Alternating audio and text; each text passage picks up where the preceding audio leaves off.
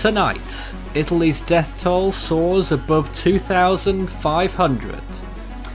And the rest of Europe also suffering, Spain in particular, as well as Iran, with death tolls rising in both these countries too.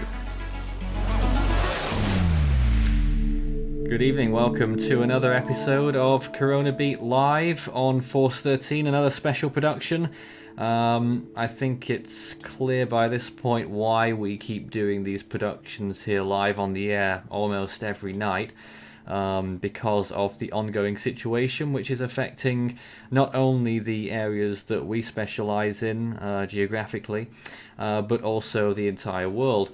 Europe being the epicenter of what's going on right now still, although signs that it is heading out all over the place elsewhere, with the US now well above 5,000 cases. My name's Nathan Foy. We've got a packed room tonight on our Discord server and our channel.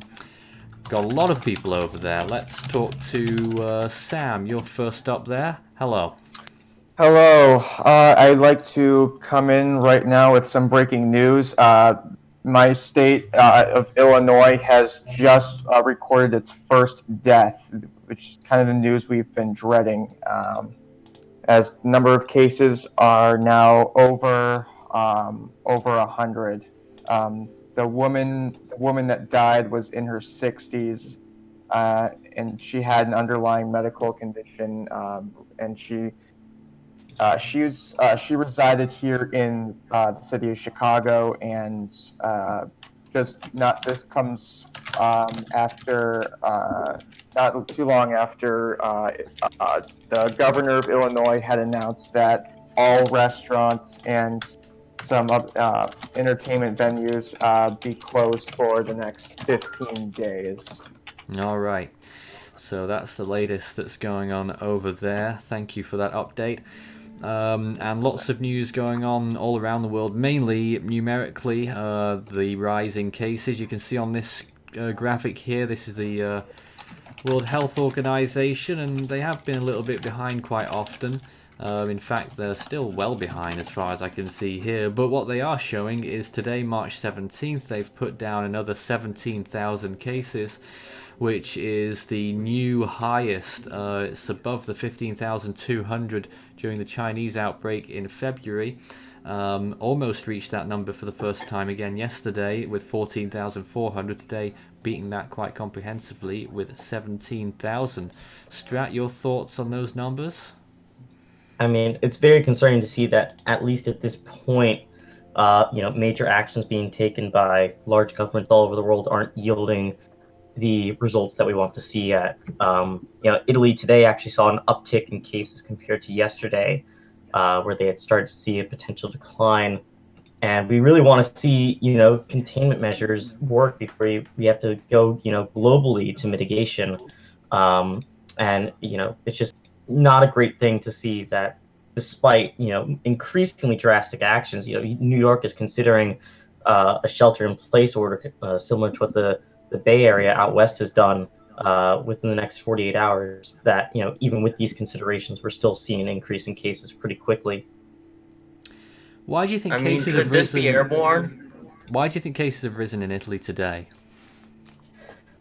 I can't give you a clear answer. I haven't had necessarily time to look into all the specifics of it. But there's been we've seen images, problem of their system just being completely overwhelmed.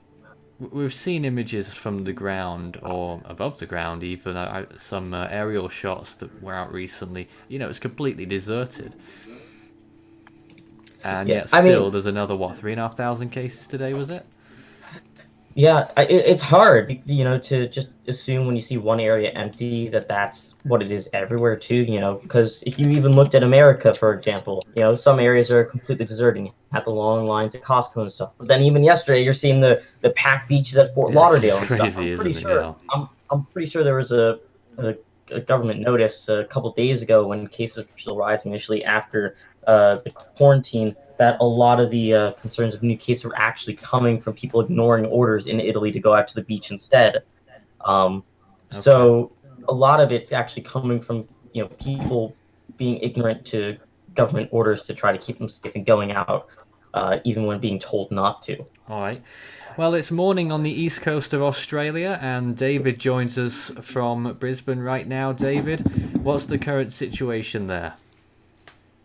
The situation continues to worsen. New South Wales is the hot spot, and the federal government today will announce a relief package for the Australian aviation industry.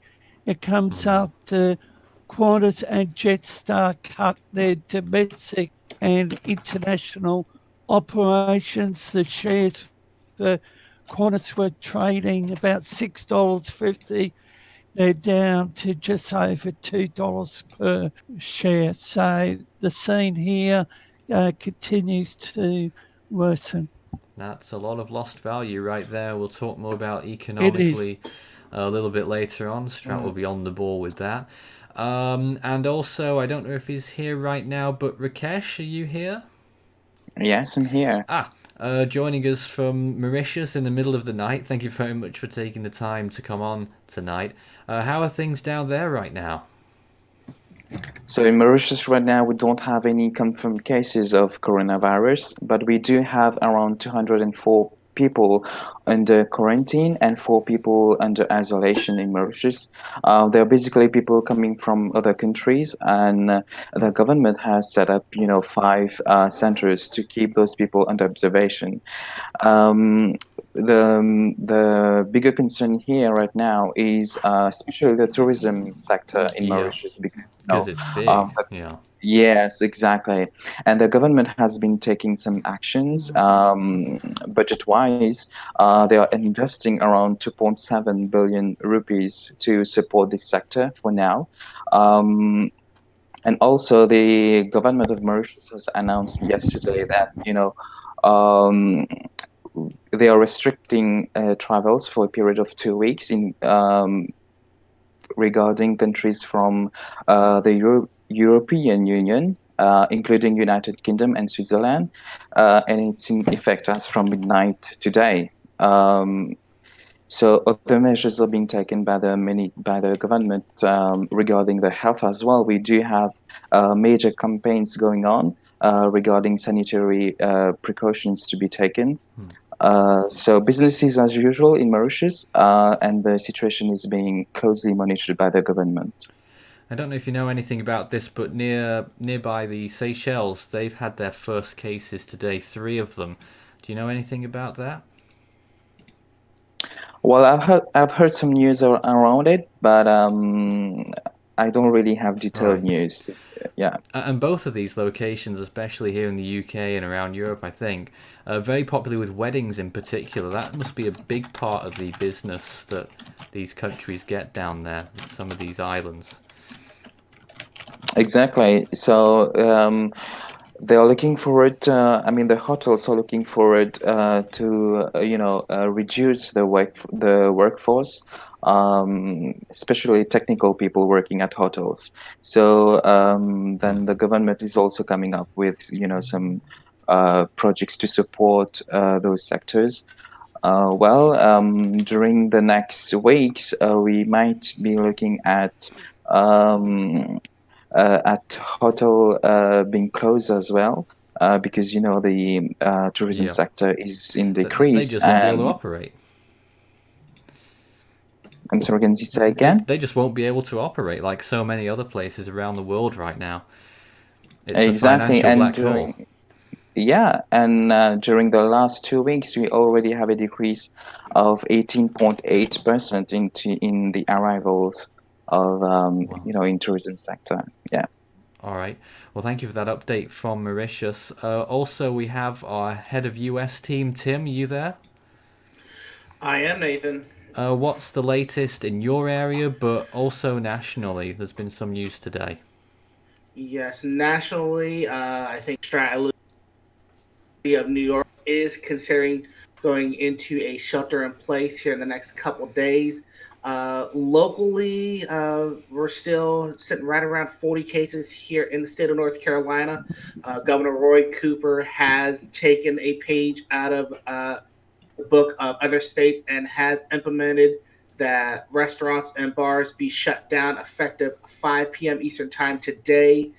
No dine-ins are going to be permitted.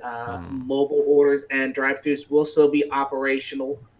However, just like there what we have has in been Illinois. some news on the economic front, and I know Strat will be covering it, that President Trump is contemplating a stimulus package of up to $1 trillion. It would go out to the American public, small businesses, and the airline industry to help compensate the losses that have happened, and starting to see some impacts in the hospital sector where normally we would be seeing blood drives occurring to get blood to those that would need it for surgeries and that nature. And nearly That is a concern. Yes, it is. Nearly 2,600 blood drives have been canceled, resulting in 86,000 fewer donations being collected for hospitals. So not only is this impacting everybody economically, but now you're talking lives that would normally be saved due to having this blood on hand during surgeries and for other procedures. It's just not there now. So the knock-on effect continues. We'll take a look now at what else is going on around the world today, and we'll be back with more information and updates just after this.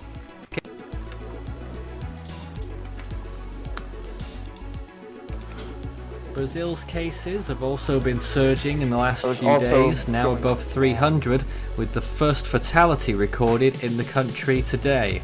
Brazil has the largest amount of cases out of any of the South American nations. As cases continue to increase in the United States, with a death toll now approaching 100, the government talking about funding for a stimulus package totaling perhaps $1 trillion.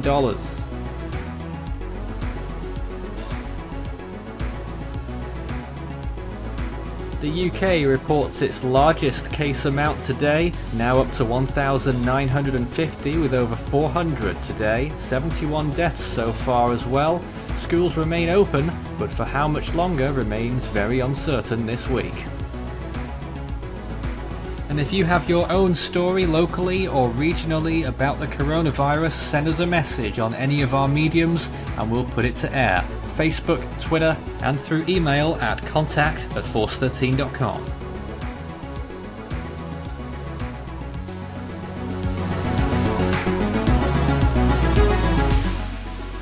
Welcome back, this is CoronaBeat on Force 13 Live, another special production here tonight.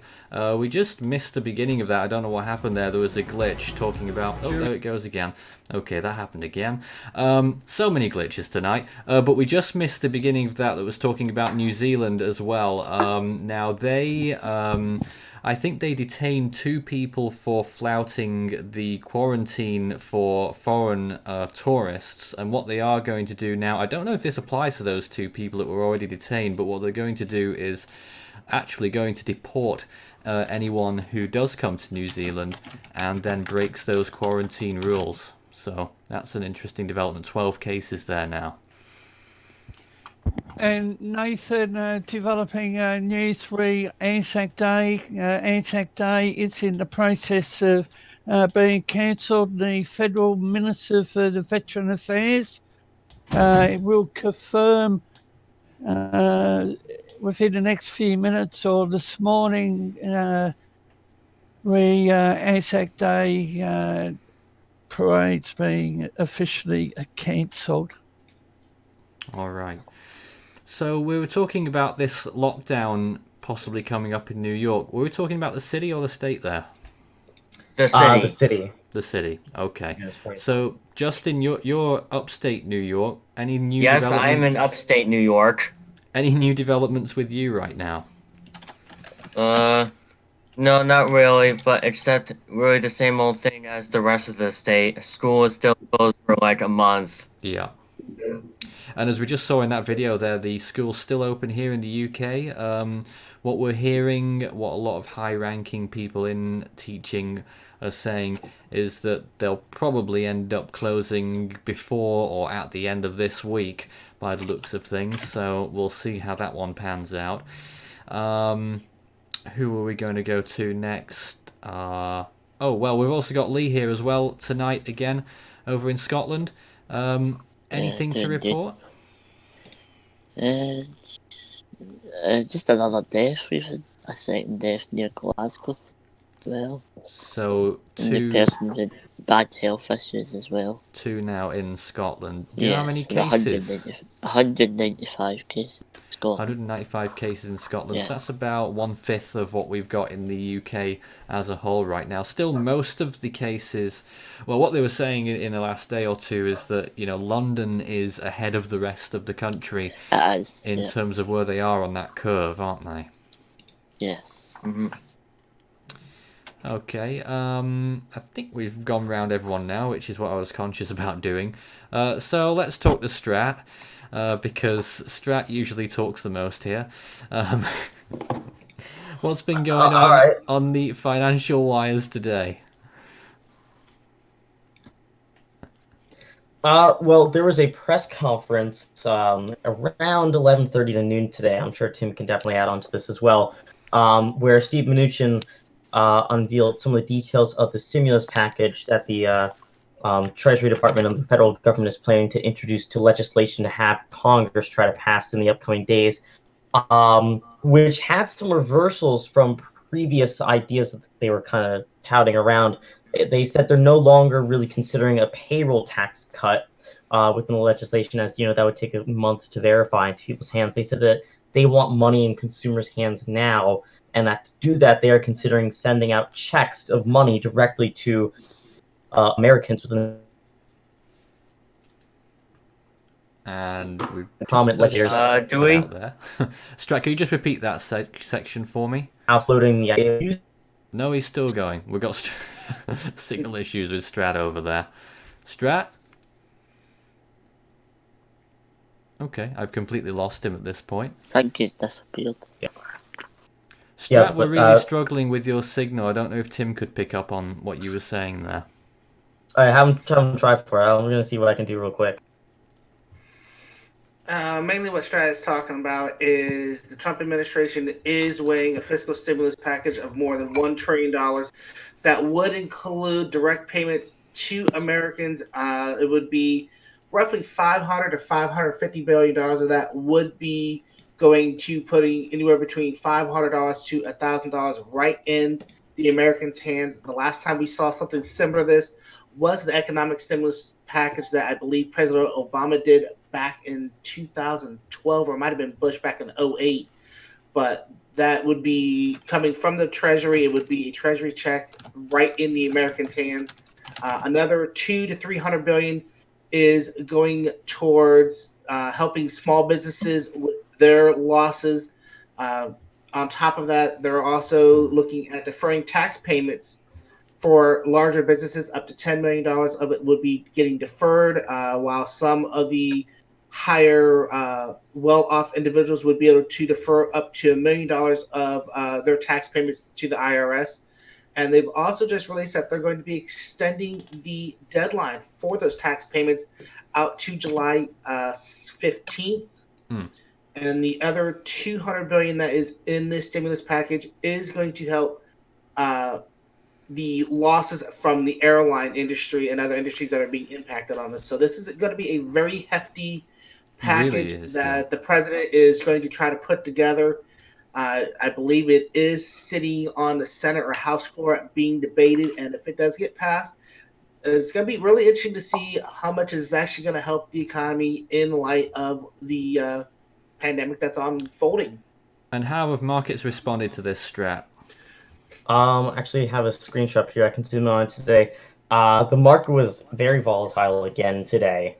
We opened up over 3%, went red on the day, went up over 7% at one point. We closed up today about 6% on the S&P index, and that's about the same for the broad market. There is some concerns about systematically how some of the legislation would work and its feasibility to pass, which is definitely seen by the initial run up during the speech here around noon. Then we saw a big sell off, and then we kind of traded around in a range during most of the day. Still very volatile trading overall for the markets. talking about the potential bailouts or consumer relief for airlines, there is very significant pushback from that, not just among potential Democratic House members and Senate members, but also more prominent, successful businessmen. Mark Cuban today, for example, even went out and said that if any airline or company is bailed out during this situation, that they should actually be banned from ever buying back shares again. There's a lot of criticism that these companies that were making billions and billions of dollars are now asking for taxpayer money to relieve them. And a lot of that criticism comes from companies like Boeing, for example, spent over $100 billion in the past decade of cash on buying back shares of their own company to, boost their stock price. The airline industry in general spent 96% of their free cash flow on buying back shares. And the criticisms from that is saying that, they should have been using some of the extra liquidity that they had to prepare for, any potential downturn that could occur.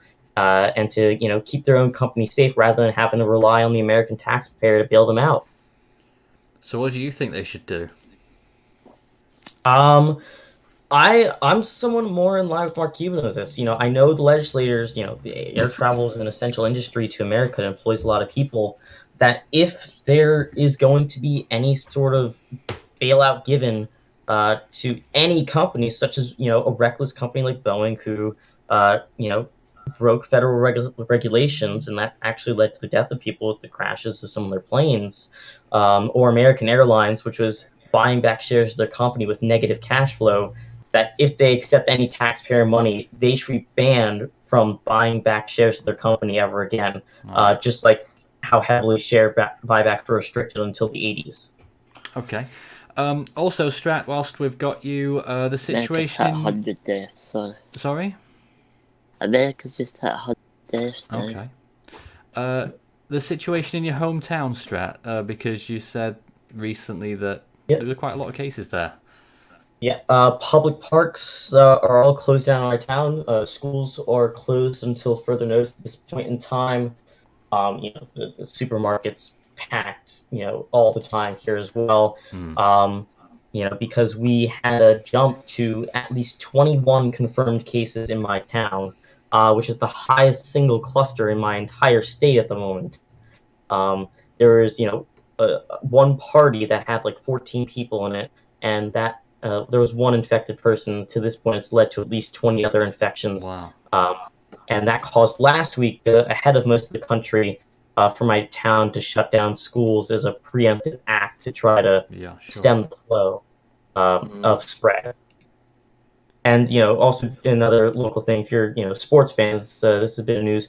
4 players from the Brooklyn Nets have been diagnosed with COVID-19 within the past. Seems to have been increasingly more warranted as, the virus has reached at least 3 teams in the NBA alone at this point in time. Wow. Well, there we go. That's some news that's just emerged in the last few minutes then. Parker, what's the situation over there in Indiana? Okay, so over the past day, we've actually received our second day, which all that they released is that it was there was someone in their 60s, but they haven't released anything else yet due to mainly privacy issues. But that leads 30 cases now, which we had to jump up from I think two new counties, and with that, let's go into the county list. As you can see, pretty much all the same.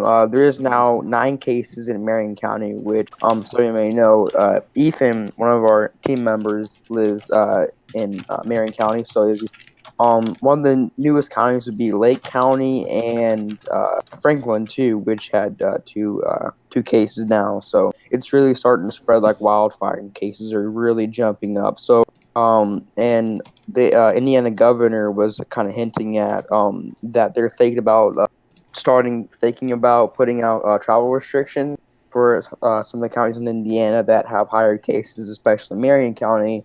So that could be an upcoming thing for the next couple of days that our state is going to be doing. So that's only he was alluding that. So. And Nathan, I have an update from over here. The federal government, via the Minister for Veteran Affairs, has officially announced that all Australian-led International Anzac Day events will be cancelled. The New Zealand government has also cancelled the service at Gallipoli, and I'm just monitoring the Treader platform, and Coles, which is our second biggest food retailer, is to limit the sale of milk to 2 per customer. All right, some news that happened in the last hour or two if you've just joined us.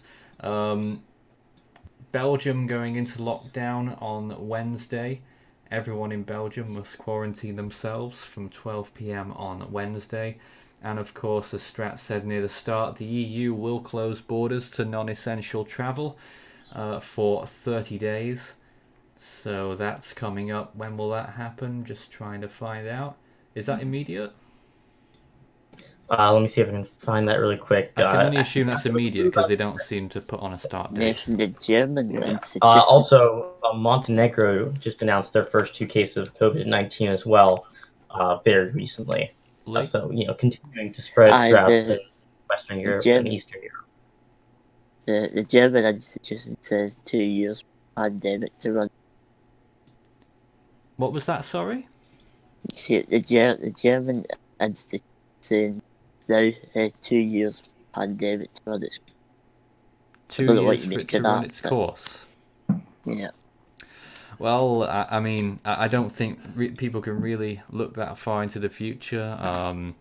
There is a possibility of a second wave, but we don't really know. Also, some rumblings from the EU as well that they're talking about a vaccine being ready by the time we get to the end of this year, which is interesting. Yes, Australian researchers. A lot of people are researching it, yeah. All around the world, Australia, fair way Europe, to go yet. The US, and in Asia as well, all trying to get an answer to this. It will come eventually. If there's any silver lining to this whole situation, is the whole world is working together to try to find a cure, a vaccine for the disease to implement as quickly as possible. Yeah. All right. Well, with case numbers almost certainly reaching 200,000 in the next 24 hours, we'll take a look at the latest numbers shortly after this. This is Force 13 Live. During this special coverage, we'd like to hear from you and the situation in your area. Send images, video or audio recordings to contact@force13.com and we'll put them to air.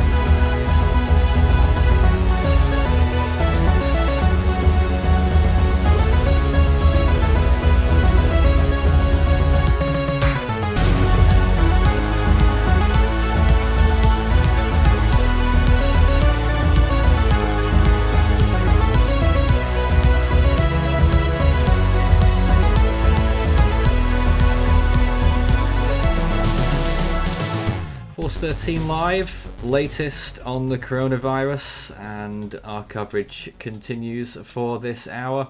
My name's Nathan Foy, and I'm joined by the team once again, a rather large team tonight, talking about this with you. I don't know where we really want to go next. Well, there's a world map right now on Parker's screen showing all of those cases, and still you can see that Europe is really the hotspot.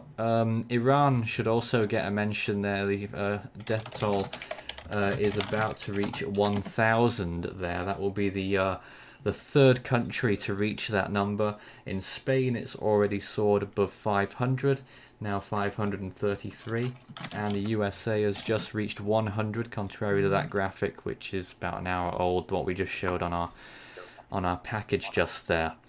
Who wants to lead on next? I think we have a little live cam of Times Square if you want to pull that up. Do we? Just to show how much quieter. Yeah, things I'm are. displaying it. Yeah, well, Times Square right now. There's a panda down there. Yeah, he's been there for a while. I've seen saw him the every day. I'm resume. taking a look at that. But this is completely 4:30 dead. p.m. Yeah, I'm just saying this is 4:30 p.m. in the middle of the week in New York City. I've been there numerous times in my life. I lived in New York City for over 6 years. I've never seen it this empty in the middle of the day before, ever. It's always jam-packed, with hundreds and hundreds of people in that area, tourists and commuters and just people walking around there's alike. still people out in costume. There definitely is still people out in costume, but Maybe that helps prevent coronavirus. I don't know. I don't know. Maybe. Well, you got to take off the costume eventually. Yeah. Not sure how safe that would be. God. Out of all, but you got all those,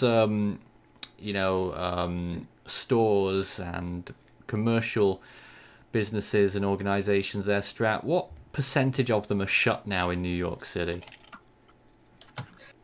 I don't know an exact number, but a lot of the local businesses, restaurants and stuff, especially restaurants, are, either definitely temporarily closed down. In Chinatown, Now, Strat, can I just ask, is everyone, how well are people responding to this enforcement? Because I've seen one or two establishments that are ignoring is it a lockdown officially? Not officially yet. The mayor said to prepare for a potential lockdown. That decision would Okay. be made within the next 48 hours. I will say orders for small restaurant stuff to go to takeout only or delivery has been heated particularly well. Although unfortunately there has been temporary closures for some places. My cousin's bar, in around the Union Square area in New York City has been closed temporarily. For 3 days now. They shut things down before the advisory came in from the government, local government, to do so. And in Chinatown, the largest restaurant there, Jingfong, which is a dim sum restaurant, it's an amazing location, has also been closed for at least a week now. And some of these things will probably continue for quite a while, I would presume. Well, there's still a few people taking photographs and the like over there in Times Square. But Strat, at this point of the day, how busy would that be right now? Would it be crammed? It would be jam-packed. I would say at least 5 times more people there at a very minimum. You see those tables there? Every one of them would be taken. Sure. This is the emptiest I've ever seen Times Square during a weekday, even at night. You'd have to maybe wait till like 3:30 in the morning to see something like this. Wow. Yeah, it's. And that would make sense, Strat. Wow. And that would make sense, Strat, because it is 4:30 Eastern time there up in Times Square. Most people would be getting ready for evening rush hour at this time.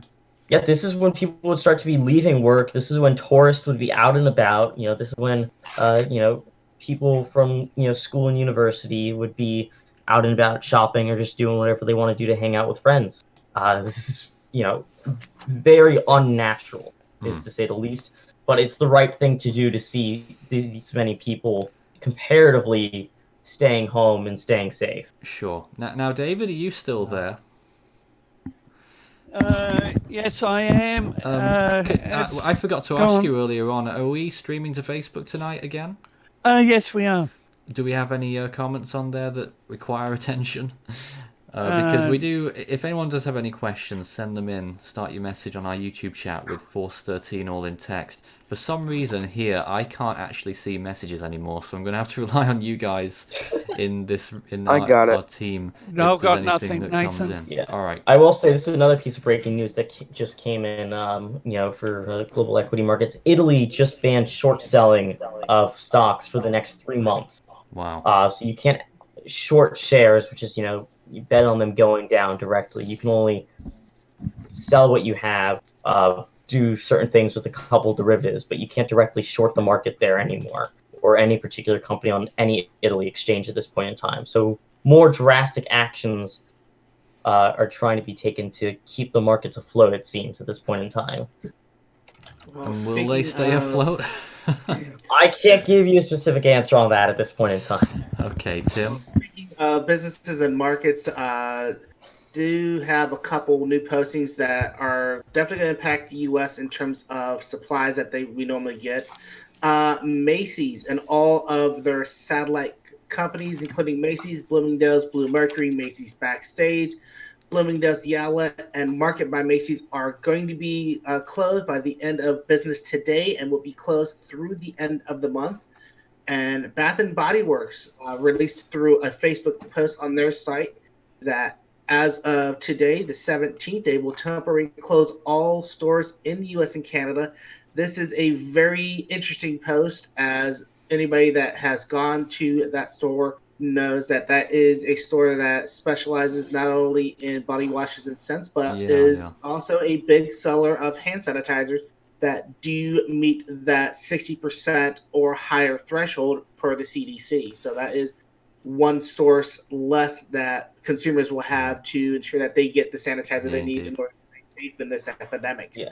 On the Times Square cam there, I just saw the panda guy unceremoniously take off his panda suit, slump to the ground, and he's walked off. Oh, man. So that's Times Square right now, Strat. I will say another thing about businesses as well is Amazon today said that they are limiting any shipments of non-medical related products on their sites.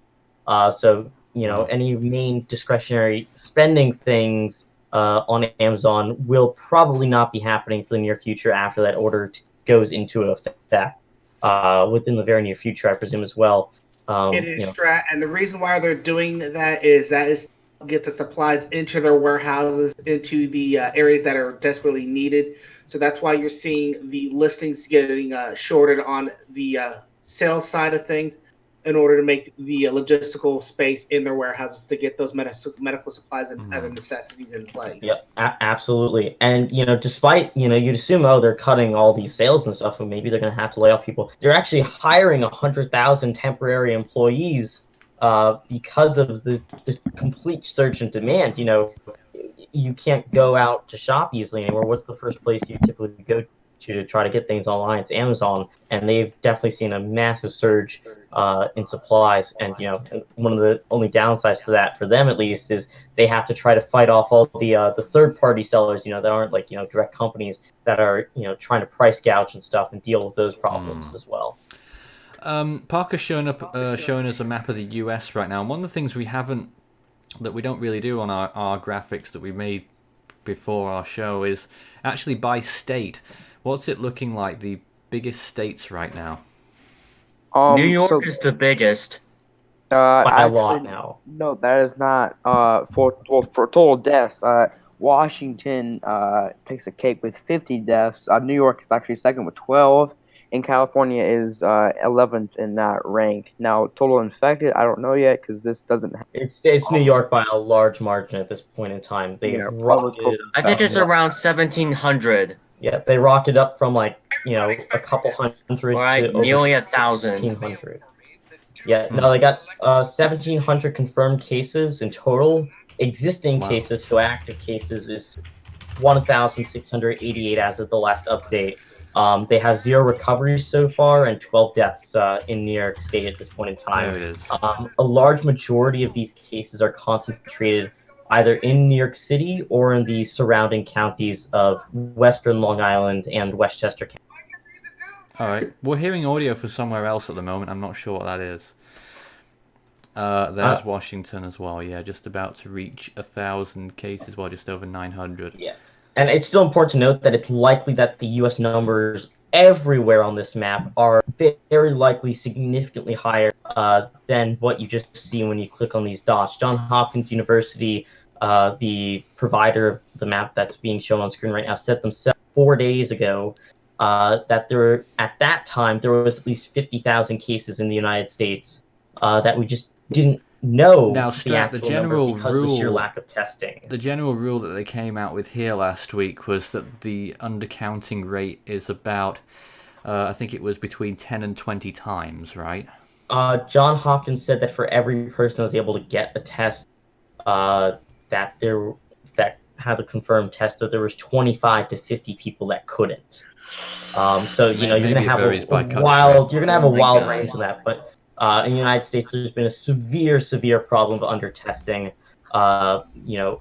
There's a lot of reasons as to why. Some of them relate to either the CDC basically botched their initial test run. It turned out to be faulty, and things have been very, very slow to get up to pace ever since.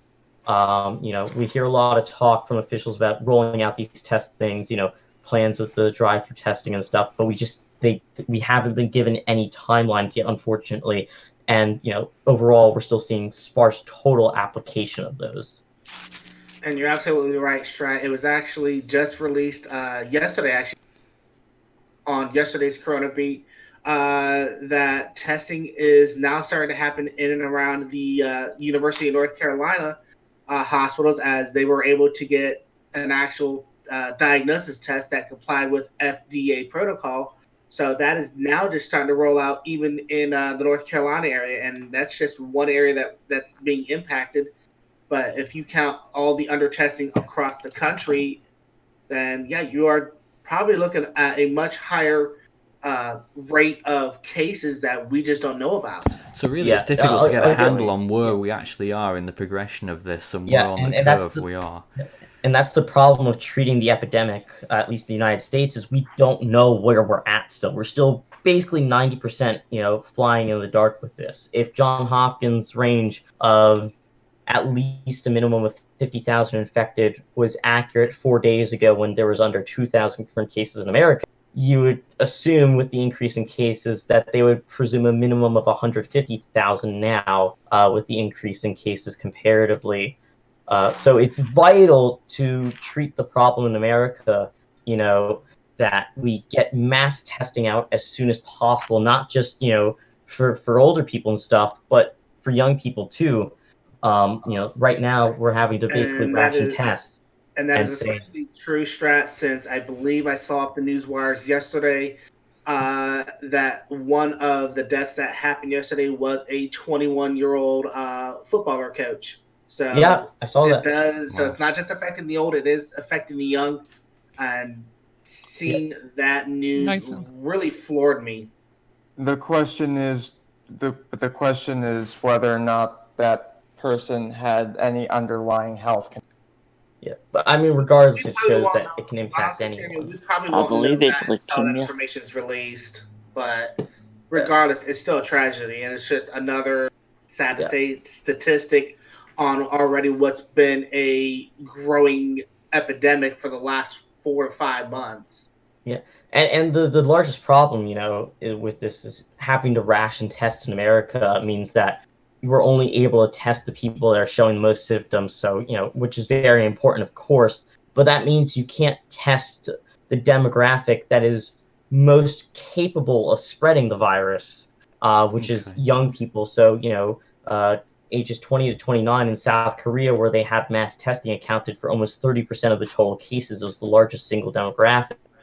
But as we know, young people that are, young and healthy can be infected and be asymptomatic and not know that they're infected, which makes them much more dangerous and able to spread the disease to more vulnerable populations. For example, out of the 4 Nets players that were diagnosed today, 3 of them are asymptomatic, which means they could have it and go out and spread the disease without even knowing that they're ever doing that.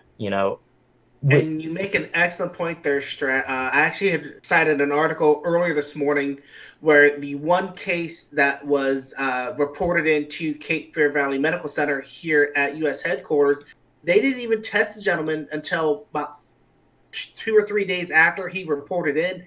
And that was primarily because they didn't know he had all the symptoms.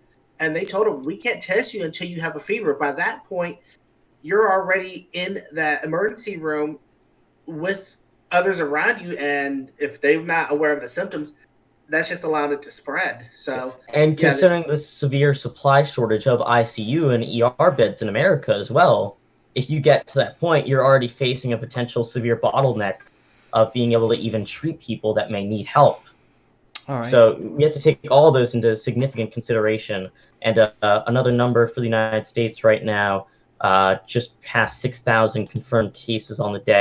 Another about 300 just added on, and the French just reported their daily count, adding another over 1,000 cases, bringing their total to over 7,700.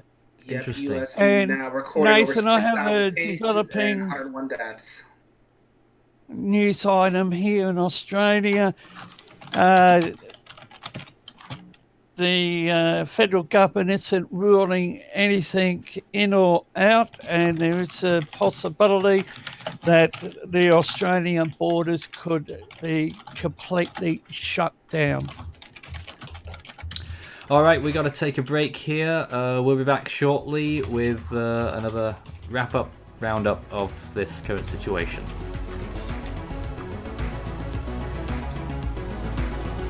We will continue to run regular updates on this feature. Send us a message on social media if you wish to be involved in our coverage or to join us on our panel nightly. Send us a message through Facebook, Twitter, or our contact email address, contact@force13.com.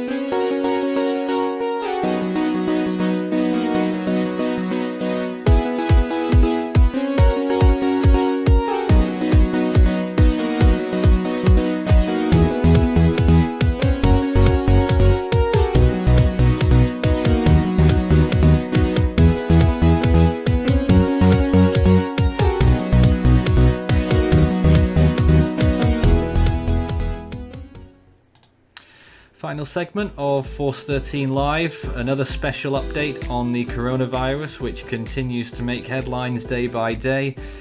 What some politicians and governments are calling the largest pandemic or, threat to society in a generation. Whether that's true or not remains to be seen, probably is for many actually, but here we are again to discuss it live on the air. If you want to join the conversation when we're not live, you can send us, you can join our Discord server. The link is underneath our video right now in the description, and we'd love to see you there as well. And of course you can follow us on social media as well, Force 13 on Facebook and Twitter. Well, let's go back to the team right now, and we've only got a few minutes here. We're also joined by Thomas now, actually, so maybe you could give us an update from your area. So as of now, there are 6 cases in the state of Missouri, last I heard. So new cases are coming on. We have a lot of cases. I think we're over 190,000 cases now. Around the world, at this point, we'll likely be hitting 200,000 within the next 24 hours or so. Yeah. Yeah. Just looking it's- on that map there that Parker's showing, Missouri actually one of the least prone states right now.